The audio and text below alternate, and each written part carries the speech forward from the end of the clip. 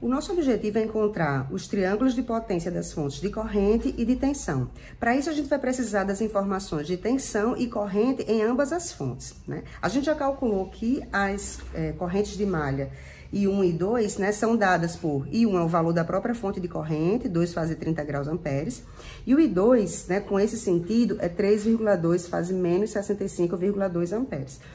Na verdade, essa fonte, nesse circuito, essas duas fontes, a gente vai considerar que elas estão fornecendo potência.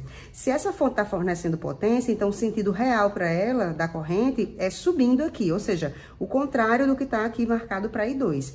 Então, na realidade, a gente vai considerar menos esse valor, né? E considerar o sentido aqui de I2 para cima. Então, eu vou dizer que o meu I2 vai ser menos 3,2 fase menos 65, né, 0,2 graus ampere, certo? Então, não vou considerar mais esse valor e vou considerar aqui o sentido contrário para I2, tá? Vou dizer que I2 está subindo aqui na fonte de tensão.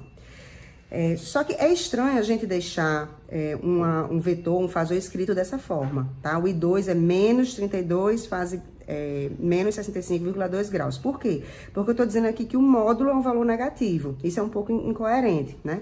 Então, como é que a gente faz para corrigir isso? Eu vou reescrever o I2, tá? Considerando o módulo positivo, tá?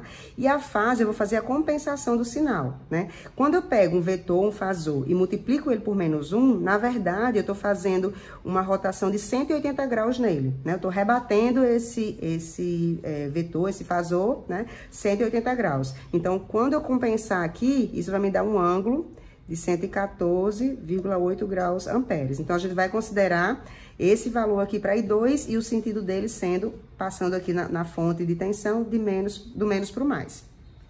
Bom, então agora vamos encontrar as potências complexas, né, para poder encontrar os triângulos de potências.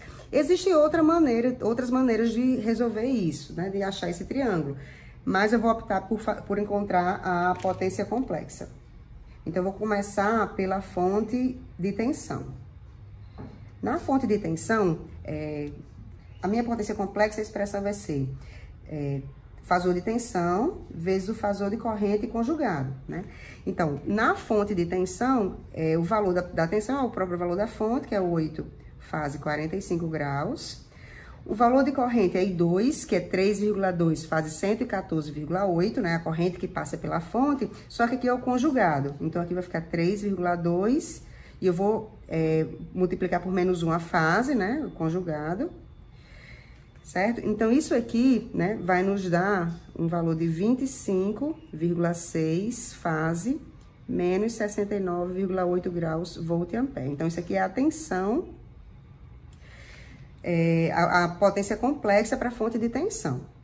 No caso da fonte de corrente, eu vou precisar achar ainda a tensão sobre ela, tá?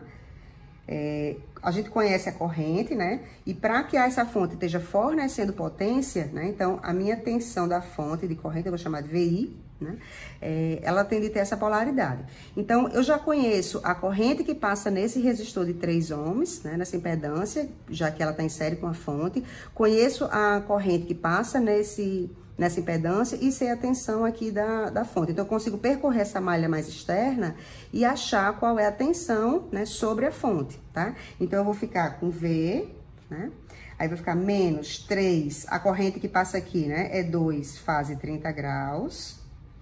Aí, mais, aqui é J1, então, J, né, e 2, menos a tensão aqui na fonte de tensão, que é 8 fase 45 graus, igual a 0, tá? Então, eu organizando aqui, né, eu vou ter que o V vai ficar igual a 6 fase 30 graus, aí menos, né, tô passando pro lado de lá, menos J e 2, o J eu posso escrever como sendo 1 fase 90 graus, tá? O I2 é 3,2 fase 114,8 graus, e aqui vai ficar mais 8 fase 45 graus. Então, esse meu V, que eu chamei de VI, né, se eu for transformar aqui esses valores, né, esses vetores que estão na forma polar, na forma cartesiana, eu vou ficar aqui com 5,196 mais J3. Aqui eu vou ficar com menos 3,2, fase 200 e 4,8. Sempre que eu for fazer uma conversão de um número polar que tem um sinal negativo, é interessante que eu use o menos, mantenha o menos, né, claro, e abra um parêntese, porque aí eu garanto que eu não vá confundir os sinais, tá?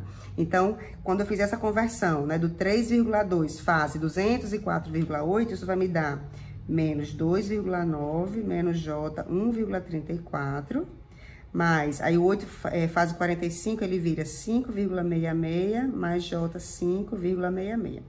Organizando isso aqui, eu tenho aqui a nossa tensão em cima da fonte de corrente, ele vai ficar 13,756, mais J, 10, isso é igual a 17, fase 36 graus volts, tá? Conhecendo a tensão em cima da fonte de tensão, aí sim eu posso aplicar a expressão para potência complexa, né? Que é VI conjugado. A tensão foi o que a gente acabou de achar, 17, fase 36 graus, vezes o conjugado da corrente. A corrente é o próprio valor da fonte, 2 fase 30, né? Então, eu vou ficar com 2 fase menos 30, porque tem um conjugado, né? Isso vai nos dar 34 fase 6 graus volt-ampere. Então, essa é a potência complexa sobre a fonte de corrente.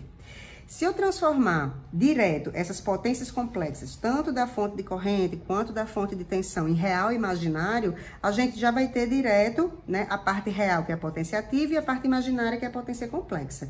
Então, no caso da fonte de tensão, né, esse valor aqui de 25,6 fase menos 69,8 volt-ampere, isso é igual a 7,57 menos J, 24,4 volt-ampere. E nesse caso aqui da fonte de corrente, o 34 fase 6, ele é igual a 33,8 mais J, 3,55 volt-ampere. Montando os triângulos, né, para a fonte de tensão, a gente tem... aqui eu tenho uma potência reativa negativa, então esse triângulo ele é para baixo. Então, para a fonte de tensão, a gente vai ter um triângulo assim, mais ou menos, né? Onde a minha potência a minha potência aparente é o módulo, que é 25,6 volt-ampere. O ângulo, né, é o ângulo da potência complexa, menos 69,8 graus. A base do triângulo, que é a potência ativa, é a parte real da potência complexa, então é 7,57 watts. E a potência reativa é a parte imaginária, né? Menos 24,4 volt-amperes. Já para a fonte de corrente, né? Esse triângulo, a parte reativa, né, é positiva, né? Então, esse triângulo é para cima, tá? Ele tem um ângulo bem pequenininho aqui, vou tentar fazer ele pequeno. Então, a nossa potência complexa, a nossa potência aparente é o módulo, que é 34 volt-ampere. A base é a potência ativa, que é a parte real, 33,8 watts. A parte reativa, né, é a parte imaginária, 3,55 volt-ampere reativo. E aqui o ângulo, né, que é o ângulo da potência complexa, é 6 graus, né? E assim eu consigo montar o triângulo de potência para as duas fontes.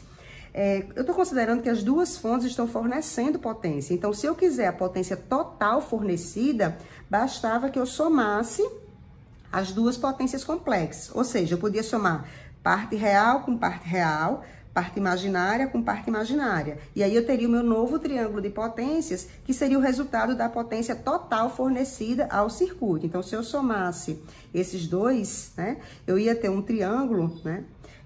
A parte real, né? Eu ia somar 33,8 com 7,57, né?